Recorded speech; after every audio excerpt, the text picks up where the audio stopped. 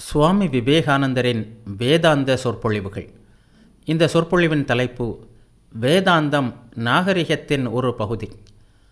இங்கிலாந்தில் 1896 அக்டோபர் 6ஆம் நாள் ஆற்றிய சொற்பொழிவின் சுருக்கம். பொருட்களின் தூலமான புறத்தன்மையை மட்டுமே காண முடிந்தவர்களால் இந்தியாவில் பிறரால் வெல்லப்பட்டு துக்கத்தில் உழல்கின்ற, கனவில் மிதக்கின்ற வரட்டு வேதாந்திகளான ஓர் இனத்தை மட்டுமே காண முடியும். ஆன்மீகத் துறையை பொறுத்தவரையில் இந்தியா உலகையே வென்று நிற்பதை அவர்களால் காண முடியவில்லை போலும். எப்போதும் மிகவும் புறநோக்கு கொண்ட மேலை மனம் கீழே மனதின் அகநோக்கும் தியான பழக்கமும் கலப்பதால் நன்மை பெறும். அதுபோல் கீழே மனமும் சற்று புறநோக்குடனும் ஆற்றலுடனும் செயல்படும்போது நன்மை அடையும். ஆனால் ஒரு கேள்வியை நாம் கேட்டேயாக வேண்டும். எத்தனையோ இனங்கள் அழிந்துவிட்டன.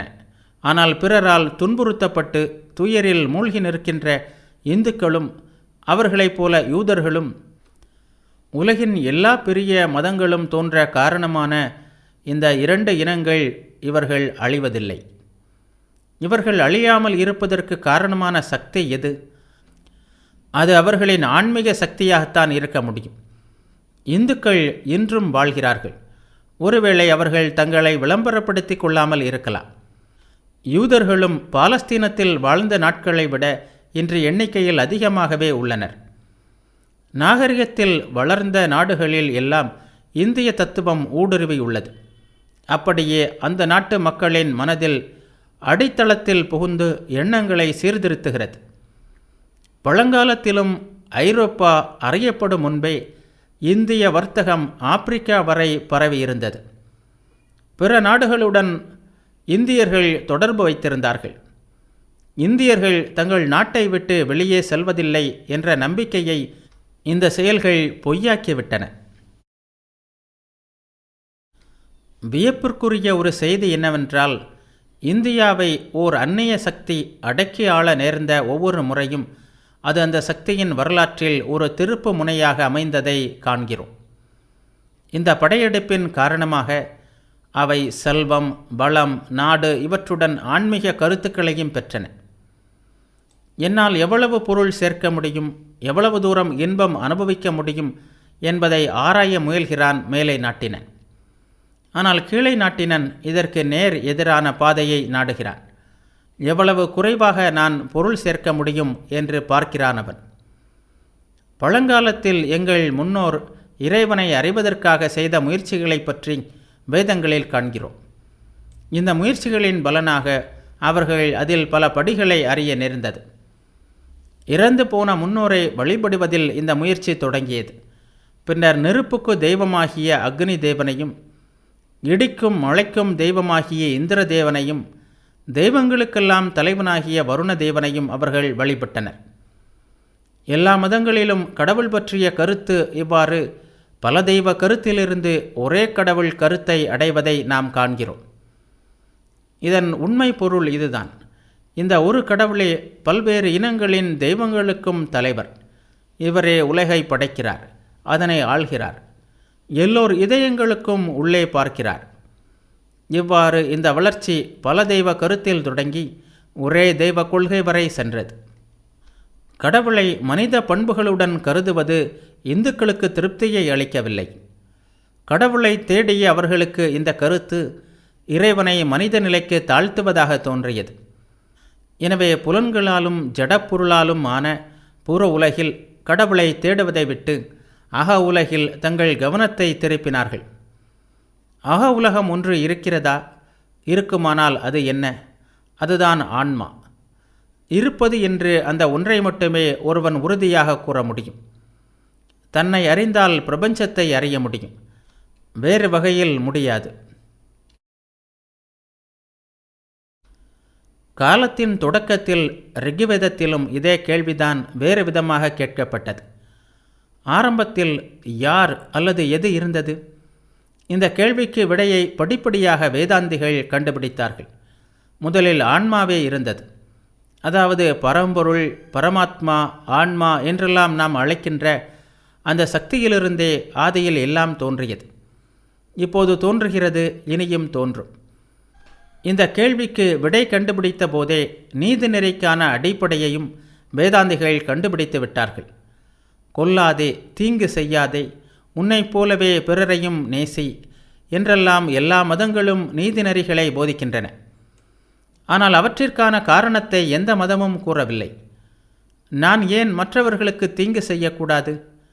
வெறும் கொள்கைகளால் திருப்தியுற்று நின்றுவிட இந்துக்களால் முடியாது. எனவே அந்த கேள்வியை ஆழ்ந்து ஆராய்ந்ததன் பலனாக அவர்கள் சில உண்மைகளை கண்டார்கள். அதற்கு முன்பு இந்த கேள்விக்கு ஒரு முடிவான திருப்தியான விடை கிடைக்கவில்லை. இந்த ஆன்மா பரிபூர்ணமானது, எங்கும் நிறைந்தது, எனவே அது எல்லையற்றது என்கின்றனர் இந்துக்கள். எல்லையற்றது இரண்டு இருக்க முடியாது. அப்படி இருக்குமானால் ஒன்று மற்றொன்றை எல்லைப்படுத்தி இரண்டுமே எல்லைக்கு உட்பட்டவை ஆகிவிடும். மேலும் ஒவ்வொரு தனி ஆன்மாவும் எல்லையற்ற பரமாத்மாவின் ஓர் அம்சம். எனவே பிறருக்கு தீங்கு செய்வதன் மூலம் ஒருவன் உண்மையில் தனக்குத்தானே தீங்கு செய்து கொள்கிறான். எல்லா நீதிநெறிகளுக்கும் அடிப்படையான தத்துவ உண்மை இதுதான். நிறைநிலையை நோக்கி செல்கின்ற ஒருவன் தவறிலிருந்து உண்மைக்கு முன்னேறுகிறான். எனவே ஒரு சிந்தனையை கடந்து மற்றொரு சிந்தனையை பெறும்போது அவன் முதல் சிந்தனையை உதறியே ஆக வேண்டும் என்று பலரும் நம்புகிறார்கள். ஆனால் எந்த தவறும் உண்மைக்கு இட்டு செல்லவில்லை. எனவே பல படிகளை கடந்து முன்னேறுகின்ற இந்த ஆன்மா ஓர் உண்மையிலிருந்து மற்றொரு உண்மைக்கு செல்கிறது. ஒவ்வொரு படியும் உண்மை. அது கீழ்நிலை உண்மையிலிருந்து உயர்நிலை உண்மைக்கு செல்கிறது. இதை பின்வரும் எடுத்துக்காட்டால் விளக்கலாம். சூரியனை நோக்கி செல்கிறான் ஒருவன். அவன் தன் பாதையில் ஒவ்வொரு அடியிலும் புகைப்படம் எடுக்கிறான். முதல் படத்திற்கும் இரண்டாவதற்கும் எவ்வளவு வேறுபாடு இருக்கும்? அதை மூன்றாவது அல்லது நான்காவதுடன் ஒப்பிடும்போது வேறுபாடு அதிகமாகும். அவன் சூரியனை உண்மையில் அடைந்த பிறகு எடுக்கின்ற படமோ முதல் படத்திலிருந்து எவ்வளவோ வேறுபட்டதாக இருக்கும். ஆனால் இவை எவ்வளவுதான் ஒன்றுக்கொன்று வேறுபட்டவையாக இருந்தாலும் எல்லாமே உண்மையானவை. காலம் மற்றும் இடம் என்னும் மாறுகின்ற சூழ்நிலையின் காரணமாக வெவ்வேறு போல் தோன்றுகின்றன, அவ்வளவுதான்.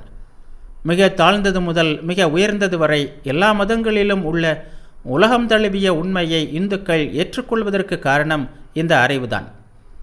மற்ற மதத்தினரை துன்புறுத்தாதவர்களாக இந்து மதத்தினர் மட்டும் தனிப்பெருமை பெற்றிருப்பதற்கு இந்த அறிவே காரணம். முஸ்லிம்களாலேயே மறந்து கைவிடப்பட்ட முஸ்லிம் மகான் ஒருவரின் சமாதியை இந்துக்கள் இன்று வழிபடுகிறார்கள். இந்துக்களின் சகிப்புத்தன்மையையும் பரந்த மனத்தையும் விளக்க எத்தனையோ சான்றுகள் காட்ட முடியும். மனித குலமே தேடுகின்ற முடிவான ஒருமை என்ற லட்சியத்தை அடையும் வரையில் கீழே மனதிற்கு நிறைவு ஏற்படாது. மேலை விஞ்ஞானி அணுவிலோ மூலக்கூறிலோ ஒருமையை தேடுகிறான். அதை கண்டுவிட்டால் அவனது வேலை முடிந்துவிடும். அதன் பிறகு அவன் கண்டுபிடிக்க ஒன்றுமில்லை. அதுபோல் ஆன்ம ஒருமையை கண்ட பிறகு நாம் மேலே செல்ல முடியாது. இந்த புலனுலகில் காணப்படுகின்ற எல்லாம் அந்த ஒரே பொருளின் தோற்றமே என்பது அப்போது தெளிவாகிறது. நீளம் அகலம் என்ற பண்புகள் இல்லாத அணுக்கள் ஒன்றுடன் ஒன்று சேரும்போது நீளம் அகலம் முதலிய பண்புகளுக்கு காரணமாவதை ஏற்றுக்கொள்ளும்போது ஆன்மீக தத்துவங்களின் உண்மையையும் ஒப்புக்கொள்கின்ற அவசியமும் விஞ்ஞானிகளுக்கு நேரிடுகிறது. ஓர் அணு மற்றொரு அணுவுடன் செயல்படுவதற்கு ஓர் இணைப்பு தேவை. அந்த இணைப்பு எது? அது மூன்றாவது ஓர் அணு. அப்படியானால் முதல் இரண்டு அணுக்களையும் மூன்றாவது அணுவுடன் சேர்த்து செயல்பட செய்யும் இணைப்பு எது? இந்த கேள்வி பதிலில்லாமல் நீண்டு கொண்டே போகும். அதற்கு முடிவே இருக்காது. இதுபோன்ற முரண்பாடுகள் பௌதிக விஞ்ஞானங்களின் அடிப்படை கொள்கைகள் அனைத்திலும் இருக்கிறது. புள்ளிக்கு எந்த பரிணாமமும் இல்லை, ஒரு கோட்டிற்கு நீளம் உண்டு அகலம் இல்லை என்பன போன்ற அனுமான கொள்கைகள் எல்லா பௌதிக விஞ்ஞானங்களுக்கும் தேவையாக இருக்கிறது. புள்ளி கோடு போன்றவற்றை பார்க்கவோ கருதவோ முடியாது. ஏனென்றால் இவை புலனறிவின் எல்லைக்குள் வரவில்லை. இவை தத்துவ கருத்துக்கள்.